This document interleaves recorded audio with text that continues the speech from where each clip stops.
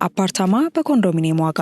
አዎ በኮንዶሚኒየም ዋጋ፣ ለዛውም በመሃል ፒያሳ ከአራዳ ፓርክ ፊት ለፊትና ከፍሬንድሺፕ ፓርክ አጠገብ እያስገነባን በምንገኘው ሳይታችን ላይ አመቺ በሆነ አከፋፈል ማለትም 100% ለሚከፍሉ ደንበኞች 30% ቅናሽ በማድረግ 5.3 የነበረውን ባለ 1 መኝታ በ3.6 ሚሊዮን ብር፣ 8.4 የነበረውን ባለ 2 መኝታ በ5.8 ሚሊዮን ብር፣ 13 ሚሊዮን የነበረውን ባለ 3 መኝታ በ8 ሚሊዮን ብር ያቀረበን ሲሆን ከ10% ቅድመ ክፍያ ጀምሮ ለምትከፍሉ ልዩ የክፍያ አማራጮችና የባንክ ብድር አመቻችተናል። በተጨማሪም ለመርካቶ ነጋዴዎች ልዩ የምስራች ይዘን መጥተናል። በጉጉት ሲጠበቅ የነበረው በመርካቶ ተክለ ሃይማኖት የሚገኘው ግዙፍ የገበያ ማዕከል ለሽያጭ ቀርቧል። ከ20 ካሬ ጀምሮ በተለያየ የስፋት መጠን ከ3 ወር እስከ 1 ዓመት የሚረከቧቸውን ሱቆች ይነግዱበት አሊያም ቢያከራዩት ትርፋማ። ለጋራ መገልገያዎች አናስከፍልም። ሞላችን በቂ የሆነ ተሽከርካሪ ማቆሚያ ያለው ሲሆን በአራቱ ማዕዘን የተሟላ እይታ ያለው መሆኑም ልዩ ያደርገዋል። ፈጥነው ይመዝገቡ። በ0919 42 2374 አሊያም በ0980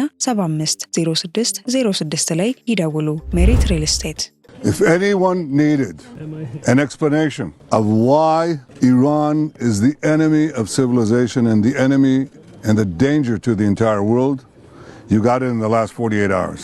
ታዋቂው የጦር ጠቢብ ሰንዙ ዘአርት ኦፍ ዋር በተሰኘው መጽሐፉ ላይ በጦርነት ውስጥ ድልን እንጂ ረጅም ዘመቻን አትመኝ፣ ምክንያቱም ረጅም ጦርነት የሀገርን ሀብት ያሟጣል፣ የሰራዊቱንም ወታደራዊ ስሜት ያደበዝዛል ሲል ያስጠነቅቃል። ይህንን ሐሳብ ደግሞ ሮበርት ግሪን ዘ 33 ስትራቴጂስ ኦፍ ዋር በሚለው መጽሐፉ ትልቁ ስህተት ጦርነትን መጀመር ሳይሆን እንዴት እንደምትወጣበት አለማወቅ ነው በሚለው ድንቅ ስልቱ ያጠናክረዋል። ዛሬ በመካከለኛው ምስራቅ ለሚታየው ትርምስ እነዚህ ሁለት የጥበብ መዝገቦች ትልቅ ትምህርት የሚሰጡ ይመስላሉ። አሜሪካን እንደ ዋነኛ የጡንቻ ማሳያ ከጎናቸው አሰልፈው ኢራንን እየወጉ ያሉት የእስራኤሉ ጠቅላይ ሚኒስትር ቤንያሚን ኔታንያሁ አሁን ላይ ግን ሁኔታዎች እንዳሰቡት አልጋ ባልጋ ሊሆኑላቸው አልቻሉም። በቀናት ወይም በሳምንታት ውስጥ ትንበረከካለች ብለው የገመቷት ኢራን የገጠማትን የአየር ድብደባ ተቋቁማ የመሪዋንና የጀኔራሎቿን ሞት በሌሎች እየተካች አሁንም ድረስ ተመጣጣኝ የምትለውን ምላሽ ከመስጠት አልቦዘነችም። በእርግጥም አሜሪካና እስራኤል ዘመናዊ የጦር መሳሪያዎቻቸውን ተጠቅመው በቴህራን ላይ ተከታታይ ጥቃት ቢሰነዝሩም የፋርሷ ምድር ግን በቀላሉ የምታልቅ ልትሆን አልቻለችም። ይህ ያልተጠበቀ ጽናትና የማያቋርጥ የአጸፋ እርምጃ በኔታንያሁ ካምፕ ውስጥ ከፍተኛ ጭንቀትን የፈጠረ ይመስላል። በመሆኑም ጠቅላይ ሚኒስትሩ አሁን ላይ ፊታቸውን ወደ ዓለም አቀፉ ማህበረሰብ በማዞር ኑ ይቺን አሸባሪ ሀገር ተባብረን እንውጋ የሚል ተጽዕኖ አዘል ጥሪ ማቅረብ ጀምረዋል። ይሁን እንጂ ኔታንያሁ አሸባሪ ሲሉ የጠሯት ሀገር ምን ሰርታ ነው? እርሳቸውስ በንጹሐን ላይ ምን እየሰሩ ነው? የሚለውን አነጋጋሪ ጉዳይ በኋላ በሰፊው የምንመለስበት ሲሆን ለአሁን ግን ኔታንያሁ ከአሜሪካ እርዳታ ባለፈ የሌሎችንም ሀገራት ድጋፍ ለማሰባሰብ የሄዱበትን ርቀትና ያሰሙትን ድምፅ አንዴ አዳምጠን እንመለስ እስቲ። 4 things that they're doing in 48 hours. And I ask the leaders of the world, the leaders of the free world, the leaders of the moderate states, what more are you waiting for? President Trump has correctly said that Israel, the United States and Israel in this great partnership, we're fighting the battle not only for ourselves, but for all of you. And he asked a simple question, where are you? እንግዲህ በቪዲዮ ላይ በግልጽ እንዳዳመጣችሁት ኔታንያሁ የአውሮፓ ሀገራት መሪዎችን ምን እየጠበቃችሁ ነው? ኢራን ላይ እንረባረብ የሚል መልእክት ያዘለ ነው። ጠቅላይ ሚኒስትሩ አውሮፓውያኑን ወደዚህ አስፈሪ ጦርነት ጎትተው ለማስገባት የተጠቀሙበት ዋነኛው ስልት ደግሞ የፍርሃት ካርድን በመምዘዝ ነው። የኢራን ሚሳኤሎች አሁን መካከለኛው ምስራቅ ላይ ብቻ አያቆሙም፣ አድማሳቸውን አስፍተው እስከ እናንተ ደጃፍ ድረስ የመድረስ አቅም ገንብተዋል በማለት የቴህራን ወታደራዊ ግስጋሴ ለነጩ አህጉር ቀጥተኛ የህልውና ስጋት መሆኑን አጥብቀው ተናግረዋል። ኔታንያሁ ይህንን ነጥብ ደጋግመው የሚያነሱት አውሮፓውያን ለራሳቸው ደህንነት ሲሉ ጦርነቱን እንዲቀላቀሉና እስካሁን አሜሪካና እስራኤል የጀመሩትን ድብደባ ይበልጥ የሚያጠናክር ተጨማሪ ኃይል ለመፍጠር በማለም ነው። ኢራን በቀላሉ የምትበገር ሆና ባለመገኘቷ ኔታንያሁ የዓለም ሀያላንን በአንድ ጥላ ስር በማሰባሰብ የኃይል ናዳ በማውረድ የጦርነቱን ሚዛን ሙሉ በሙሉ ወደ ራሳቸው ለማዘንበል ቆርጠው የተነሱ ይመስላሉ ሲሉ ብዙዎች ይገልጻሉ። ታዲያ ኔታንያሁ ዓለምን ለማስቆጣት የመዘዙት ካርድ ይሄ ብቻም አይደለም። ኢራን ንጹሃን ዜጎች ላይ እየተኮሰች ነው፣ ህጻናትንና ሰላማዊ ሰፈሮችን ኢላማ እያደረገች በጅምላ ለመጨፍጨፍ አልማለች በማለት ቴህራንን የዓለም ሰላም ጠንቅ አድርገው ስለዋታል። እርሳቸው እንደሚሉት ከሆነ የኢራን የሚሳኤል ጥቃቶች ወታደራዊ ግባቸውን ከመምታት ይልቅ በንጹሃን ደም መርካት ላይ ያተኮሩ የሽብር ተግባራት ናቸው ባይ ናቸው። ይህንን አስፈሪ ምስል በመሳለም ዓለም አቀፉ ማህበረሰብ ለህጻናትና ለንጹሃን ደህንነት ሲል ከእስራኤል ጎን ተሰልፎ በቴህራን ላይ የማይቀለበስ የኃይል እርምጃ እንዲወስድ ጥሪ አቅርበዋል። ኔታንያሁ ጦርነቱን የፍትህና የክፋት ፍልሚያ አስመስለው በማቅረብ የዓለምን ርኅራኄ ወደ ራሳቸው ካምፕ ለመሳብና በኢራን ላይ የሚሰነዘረውን ተጨማሪ ጥቃት ህጋዊ ለማስመሰል ከፍተኛ ጥረት እያደረጉ ይገኛሉ። ነገር ግን ቆም ብለን እንጠይቅ የሚያሰኘውና ኔታንያሁን የሚሞግተው እውነታ እዚህ ጋር ይጀምራል። ጠቅላይ ሚኒስትር ሆይ ኢራን ንጹሐንን ኢላማ እያደረገች ነው ብለው ሲከሱ የእርሶስ ሰራዊት በተግባር እያደረገ ያለው ምንድን ነው የሚል ጥያቄ መነሳቱ አልቀረም። ቴህራን ንጹሐን በሚኖሩባቸው አካባቢዎች ላይ መተኮሷ በየትኛውም የሞራልም ሆነ የህግ መመዘኛ ስህተት መሆኑ እንደተጠበቀ ሆኖ የእርሶስ ጦር ሻጃሬ ታይባ በተባለው አንደኛ ደረጃ ትምህርት ቤት ላይ የፈጸመው አሰቃቂ ጥቃትስ በምን ሚዛን ይታያል? ከ170 በላይ የሚሆኑ ንጹሐን ሴቶችና ህጻናት ተማሪዎች በክፍል ውስጥ እያሉ ህይወታቸው በአሰቃቂ ሁኔታ የተቀጠፈበት ያ የደም ረፋድ በታሪክ መዝገብ ላይ በደማቁ ተጽፎ የሚገኝ ጥቁር ጠባሳ መሆኑን ረስተውት ይሆን የሚል የከረረ ሙግት እየተነሳ ይገኛል። ይህ ጥያቄ የአንድ ወገን ደጋፊ ከመሆን የሚመነጭ ሳይሆን በሁለቱም ወገን የሚፈሰውን የንጹሐን ደም እኩል በሚመለከትና ለሰው ልጅ ህይወት ቅድሚያ ይሰጥ በሚል መርህ ላይ ከቆመ ማንኛውም አስተዋይ ተመልካች የሚሰነዘር የህሊናና የሞራል ጥያቄ ነው። ንጹሐንን ስለመጠበቅ የሚሰብኩት ጠቅላይ ሚኒስትሩ በራሳቸው ትዕዛዝ የትምህርት ገበታ ላይ የነበሩ ህጻናትን ህይወት የቀጠፈውን ይህንን አውዳሚ ጥቃት እንዴት ዘነጉት ተብለው መወቀሳቸው አልቀረም። የሰው ልጅ ደም በየቦታው እየፈሰሰ ባለበት በዚህ ወቅት አንዱን ወንጀለኛ ሌላውን ደግሞ ንጹህ አድርጎ ማቅረብ ለሰላም የሚበጅ ሳይሆን የጦርነቱን እሳት ይበልጥ የሚያቀጣጥል የግብዝነት ፖለቲካ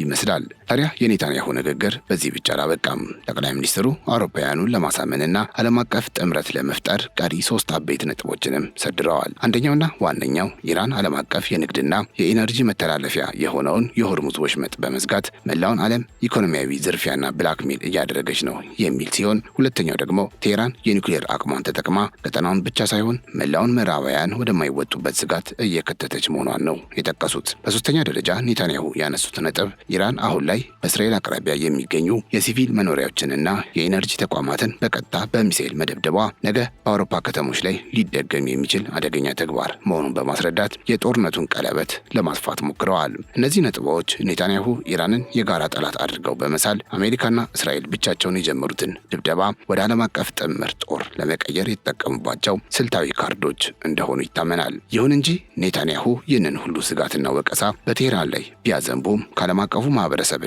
ከብዙሃኑ ተመልካች ዘንድ እየተሰማ ያለው ምላሽ ግን እጅግ የሚገርም ሆኗል። ተው እንጂ ኔታንያሁ፣ እናንተስ እያደረጋችሁት ያለው ከዚህ በምን ይለያል የሚለው የተቃውሞ ድምፅ በየማህበራዊ ገጹና በዲፕሎማሲው መድረክ በከፍተኛ ሁኔታ እያስተጋባ ይገኛል። ብዙዎች እንደሚሉት ኔታንያሁ ኢራን ንጹሐንን ኢላማ ታደርጋለች ብለው ሲወነጅሉ፣ የእሳቸው ጦር ግን በትምህርት ቤቶች፣ በሆስፒታሎችና በስደተኞች መጠለያ ላይ የሚፈጽመው አሰቃቂ ጭፍጨፋም አብሮ መነሳት አለበት ሲሉ ይሞግታሉ። ይህ የኔታንያሁ ንግግር ለእኔ ሲሆን መብት፣ ለእናንተ ሲሆን ደግሞ ስጋት የሚል አይነት የግብዝነት ፖለቲካ ሆኖ ስለታየባቸው የአውሮፓ ሀገራትም ሆኑ የዓለም ህዝብ ጥሪውን በጥርጣሬና በተቃውሞ እንዲመለከቱት አድርጓቸዋል። ለዚህ ማስረጃ የሆነን ዘንድ የጋርዲያንን ዘገባ እንመልከት። ታዋቂው የዘጋርዲያን ጋዜጣ ዘገባ በዝርዝር እንዳስነበበው ከሆነ አሜሪካና እስራኤል የኢራንን የኒውክሌር ስጋት ለማስወገድና የባለስቲክ ሚሳኤል አቅሟን ለመስበር በሚል የጀመሩት ድብደባ አሁን 1 ወር ሊሞላው ሲቃረብ ዋነኛ ሰለባ እየሆኑ ያሉት ንጹሐን ዜጎች ናቸው። ጦርነቱ ከተቀሰቀሰበት የካቲት 21 2018 ዓ.ም ጀምሮ ባሉት ጥቂት ሳምንታት ውስጥ ብቻ ከ1500 በላይ ኢራናውያን ህይወታቸውን ያጡ ሲሆን በሚሊዮኖች የሚቆጠሩ ደግሞ የመድፍ ናዳና የረሃብ ሰለባ ሆነዋል። በተለይም ጦርነቱ በፈነዳ በመጀመሪያው ቀን ብቻ 175 ሰዎች በአንድ የትምህርት ቤት ግቢ ውስጥ በቶም ሃውክ ሚሳኤል መገደላቸውና አብዛኞቹም ህጻናት መሆናቸው የአሜሪካ መርማሪዎች ሳይቀሩ ጥቃቱ የራሳቸው ኃይሎች ስህተት እንደሆነ እንዲያምኑ አስገድዷቸዋል። ከዚህም ባለፈ በላሜርድ ደቡባዊ የባህር ዳርቻ ቮሊቦል በመጫወት ላይ የነበሩ 20 ወጣት ሴቶች መገደላቸው የዓለም ጤና ድርጅት ዋና ዳይሬክተር ዶክተር ቴድሮስ አድሃኖም እጅግ አሳሳቢ ሲሉ የገለጹት በቴህራን የሚገኘው የጋንዲ ሆስፒታል ክፉኛ መመታቱ እና ሌሎች ጥቃቶች ጦርነቱ ወታደራዊ ኢላማዎችን ብቻ ሳይሆን የሰው ልጆችን መሰረታዊ መጠለያዎችና የጤና ተቋማት እያደቀቀ መሆኑን ቁጥራዊ መረጃዎቹ በግልጽ ያሳያሉ። የዘጋርዲያን ዘገባ ይበልጥ አሳሳቢ የሚያደርገው ደግሞ ጥቃቱ ያስከተለውን አካባቢያዊና የማይተካ የታሪክ ውድመት ነው። በእስራኤልና በአሜሪካ የአየር ኃይል የነዳጅ ማከማቻዎች ላይ በተሰነዘረው ጥቃት ሳቢያ በቴህራን ሰማይ ላይ ጥቁር ዝናብ መዝነቡ መሰባሰቡና መርዛማ ጭስ መሰራጨቱ ለሕፃናትና ለአረጋውያን ጤና ትልቅ ስጋት ሆኗል። በኢስፋን የሚገኙ አስደናቂ ጥበብ የታየባቸው የእምነት ተቋማት የቼሂል ሶቱን ቤተ መንግስትና ጥንታዊው የሻፑር ሀስት ግንብ በሰማያዊ ባንዲራ የተጠበቁ የባህል ተቋማት መሆናቸው እየታወቀ በቦምብ መጋየታቸው አሜሪካና እስራኤል ዓለም አቀፍ የጦርነት ሕግጋትን በግልጽ እየጣሱ መሆኑን የሚያመላክት ነው ብሏል። በአሁኑ ወቅት ከ40 ሺህ በላይ የሲቪል ህንፃዎች መፍረሳቸው፣ 10 ሺህ መኖሪያ ቤቶች ሙሉ በሙሉ መውደማቸውና የኢራን ቀይ ጨረቃ ማህበር በቀን 70 ሺህ የስነ ልቦና እርዳታ ጥሪዎች እየደረሱት መሆኑን መግለጹ የጥፋቱን ጥልቀት ያሳያል። የዋጋ ግሽበት ከሁለተኛው የዓለም ጦርነት ወዲህ ታይቶ በማይታወቅ ደረጃ መጨመሩና የኢራን ህዝብ በመድፍ ጥይትና በመሰረታዊ ምግብ እጥረት መሃል ተጠምዶ ከፍተኛ ሰብአዊ መከራ ላይ መውደቁ ይህ ዘመቻ ንጹሐንን ነፃ ለማውጣት ሳይሆን ህዝብን ለማጥፋት የታለመ ስለመሆኑ በብዙዎች ዘንድ ጥርጣሬ ፈጥሯል። እውነታው ይህ ሆኖ ሳለ ኔታንያሁ በገዛ እጃቸው የሚፈሰውን የንጹሐንን ደም ችላ ብለው ኢራንን ብቻ የሽብርተኝነት ተምሳሌት አድርገው ለማቅረብ መሞከራቸው በብዙዎች ዘንድ አግባብነት የሌለውና ሚዛናዊነት የጎደለው አካሄድ ተደርጎ ተወስዷል። ዛሬ ዓለም አቀፉ ማህበረሰብ የሚጠብቀው በአንድ ወገን ላይ ጣትን በመቀሰር የሚነገር የክስ ናዳ ሳይሆን እያንዳንዱ ወገን የፈጸመውን ጥፋት አምኖ የሚቀበልበትንና ለሰብአዊነት ቅድሚያ የሚሰጥበትን ድፍረት ነው። ሌላውን አካል አሸባሪ ብሎ ከመፈረጅና ወደ ጦርነት ከመጋበዝ በፊት ራስን እኔስ የንጹሐንን ህይወት ለመጠበቅ ምን አደረግኩ ብሎ መጠየቅ የቅድሚያ ሊሰጠው የሚገባ ጉዳይ እንደሆነ ብዙዎች ይስማሙበታል። ምክንያቱም በቴህራንም ሆነ በጋዛ በአራድም ሆነ በዲሞና የሚፈሰው ደም የሰው ልጅ ደም ነው። አንዱን ወንጀለኛ ሌላውን ደግሞ የፍትህ ጠበቃ አድርጎ መሳል ለቀጠናው ሰላምን ሳይሆን ይበልጥ አውዳሚ የሆነ የቀርቀሎ ጦርነትን የሚጋብዝ አደገኛ የፖለቲካ ቁማር በመሆኑ ኔታንያሁም ሆኑ ቀጠናዊ ተዋንያኑ ከጣት መቀሳሰር ባለፈ ወደ ህሊናቸው ሊመለሱ ይገባል የሚሉ ድምጾች በስፋት በመደመጥ ላይ ይገኛሉ።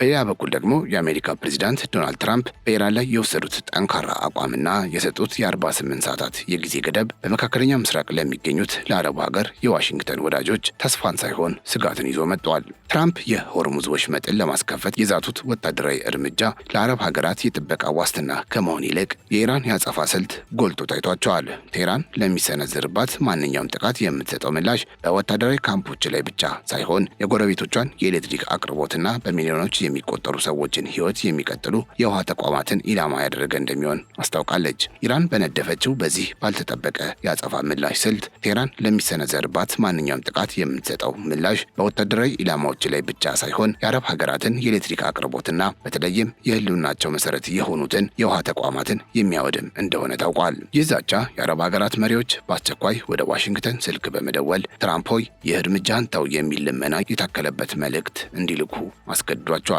ዎል ስትሪት ጆርናል እንደዘገበው ከሆነ በፋርስ ባህረ ሰላጤ ዙሪያ የሚገኙ ሀገራት ለአሜሪካ አስተዳደር ግልጽ መልእክት ልከዋል። አሜሪካ የኢራንን የኃይል ማመንጫዎች የምትመታ ከሆነ ኢራን በአጸፋው የእነርሱን የኤነርጂና የውሃ መሰረተ ልማቶች ላይ የምትሰነዝረው ጥቃት ብዙ መዘዝ ይዞባቸው እንደሚመጣ በዝርዝር አስረድተዋል። ታዲያ በዚህ ምክንያት እነዚህ ሀገራት ትራምፕን ከዚህ ውሳኔ ለማስቆም እየተንቀሳቀሱ ይገኛሉ ነው የተባለው። የዚህ ስጋት ትልቁ ሚስጥር ደግሞ የአረብ ሀገራት የሚጠቀሙበት የውሃ ምንጭ ተፈጥሮ ነው። እንደ ሳውዲ አረቢያ፣ የተባበሩት አረብ ኤሚሬትስና ኩዌት ያሉ ሀገራት ለመጠጥ የሚሆን የተፈጥሮ የውሃ ምንጭ እጅግ አነስተኛ በመሆኑ ህልውናቸው ሙሉ በሙሉ የተንጠለጠለው የባህር ውሃን በሚያጣራ ተቋማት ላይ ነው። ለምሳሌ ሳውዲ አረቢያ በዓለም ላይ ትልቁን የባህር ውሃ ማጣሪያ ጣቢያ የምታስተዳድር ሀገር ስትሆን ለከተሞቿ የሚቀርበው የንጹህ ውሃ ፍጆታ ከ70 በመቶ በላይ የሚመጣው ከነዚህ ተቋማት ነው። የተባበሩት አረብ ኤሚሬትስ ደግሞ ለቤት ውስጥ አገልግሎት የሚውለውን ውሃ 99 በመቶን የምታገኘው ባህርን በማጣራት ነው። እነዚህ ተቋማት ወይም ፋብሪካዎች ውሃውን ለማጣራት እጅግ ግዙፍ የሆነ የኤሌክትሪክ ኃይል የሚጠቀሙ ሲሆን ሂደቱም በከፍተኛ ቴክኖሎጂ የታገዘና እጅግ ውስብስብ ነው። ይህ ተቋም ተመታ ማለት ደግሞ በሀገራቱ ላይ የሚያሳድረው ተጽዕኖ ቀላል የሚባል አይደለም። ኢራን እነዚህን የባህር ዳርቻ ላይ የሚገኙ ተቋማትን በሰው አልባ አውሮፕላኖች ወይም በሚሳኤል ኢላማ ካደረገች ሀገራቱ በአጭር ቀናት ውስጥ የሚጠጣ ውሃ ያጣሉ። የውሃ ማጣሪያ ጣቢያዎች ከተመቱ ሆስፒታሎች ስራ ያቆማሉ፣ የኢንዱስትሪ ምርቶች ይስተጓጎላሉ፣ ከተሞችም ለመኖሪያነት የማይመቹ ምድረ በዳዎች መሆናቸው አይቀርም። በተጨማሪም በእነዚህ ጣቢያዎች ላይ የሚፈሰው የኬሚካልና የነዳጅ ብክለት የባህር ወሽመጡን ስነ ምህዳር ለዓመታት ሊያናጋው ይችላል። ታዲያ የአረብ ሀገራት እርምጃው ይቁም የሚለው ግፊት ለኢራን ከማዘን የመነጨ ሳይሆን አሜሪካ በምትለኩሰው እሳት ውስጥ ቀድመው የሚነዱት እነርሱ ስለሆኑ ስለሚያውቁ እንደሆነ ይነገራል። ታዲያ የትራምፕ የ48 ሰዓታት የጊዜ ገደብ እየቆጠረና ጥቂት ሰዓታት ብቻ በቀሩበት በዚህ ወሳኝ ወቅት ዓለም ትንፋሹን ውጦ የዋይት ሀውስን ቀጣይ ውሳኔ እየተከታተለ ይገኛል። ትራምፕ ቃሌ አይታጠፍም በሚል ወታደራዊ እርምጃውን የሚገፉበት ከሆነ የሚለኩሰው እሳት የኢራንን የኃይል ማመንጫዎች ብቻ ሳይሆን የቀጠናውን የሰው ልጆች የህልውና መሰረት የሆኑትን የአረብ ሀገራት የውሃ ማጣሪያ ጣቢያዎችን ጭምር አመድ ማድረጉ አይቀሬ ነው። ይህ ደግሞ ጦርነቱን ከወታደራዊ ግጭት ባለፈ በሚሊዮኖች የሚቆጠሩ ንጹሃንን ለጥምና ለስደት የሚዳርግ ታሪካዊ ሰብአዊ ቀውስ ሊወልድ ይችላል። አሁን ጥያቄው ትራምፕ የባሕረ ሰላጤው ወዳጆቻቸው ተው የሚለውን የጭንቅ ጥሪ ሰምተው ቆም ይላሉ ወይስ ዓለም አቀፍ የንግድ መስመሩን ለማስከፈት ሲሉ መላውን መካከለኛው ምስራቅ ወደማይመለስበት የጥፋት አዘቅት ውስጥ ይከታሉ የሚለው ሆኗል። የሚቀጥሉት ጥቂት ሰዓታት የሰው ልጅን ዕጣ ፋንታ የሚወስኑ የሰላም ወይም የታላቁ ጥፋት ሰዓታት ሆነው ይጠበቃሉ። አፓርታማ በኮንዶሚኒየም ዋጋ። አዎ በኮንዶሚኒየም ዋጋ፣ ለዛውም በመሃል ፒያሳ ከአራዳ ፓርክ ፊት ለፊትና ከፍሬንድሺፕ ፓርክ አጠገብ እያስገነባን በምንገኘው ሳይታችን ላይ አመቺ በሆነ አከፋፈል ማለትም 100% ለሚከፍሉ ደንበኞች 30% ቅናሽ በማድረግ 5.3 የነበረውን ባለ 1 መኝታ በ3.6 ሚሊዮን ብር፣ 8.4 የነበረውን ባለ 2 መኝታ በ5.8 ሚሊዮን ብር፣ 13 ሚሊዮን የነበረውን ባለ 3 መኝታ በ8 ሚሊዮን ብር ያቀረበን ሲሆን ከ10% ቅድመ ክፍያ ጀምሮ ለምትከፍሉ ልዩ የክፍያ አማራጮችና የባንክ ብድር አመቻችተናል። በተጨማሪም ለመርካቶ ነጋዴዎች ልዩ የምስራች ይዘን መጥተናል። በጉጉት ሲጠበቅ የነበረው በመርካቶ ተክለ ሃይማኖት የሚገኘው ግዙፍ የገበያ ማዕከል ለሽያጭ ቀርቧል። ከ20 ካሬ ጀምሮ በተለያየ የስፋት መጠን ከ3 ወር እስከ 1 ዓመት የሚረከቧቸውን ሱቆች ይነግዱበት አሊያም ቢያከራዩት ትርፋማ። ለጋራ መገልገያዎች አናስከፍልም። ሞላችን በቂ የሆነ ተሽከርካሪ ማቆሚያ ያለው ሲሆን በአራቱ ማዕዘን የተሟላ እይታ ያለው መሆኑም ልዩ ያደርገዋል። ፈጥነው ይመዝገቡ። በ0919 42 2374 አሊያም በ0980 75 06 06 ላይ ይደውሉ። ሜሪት ሪል ስቴት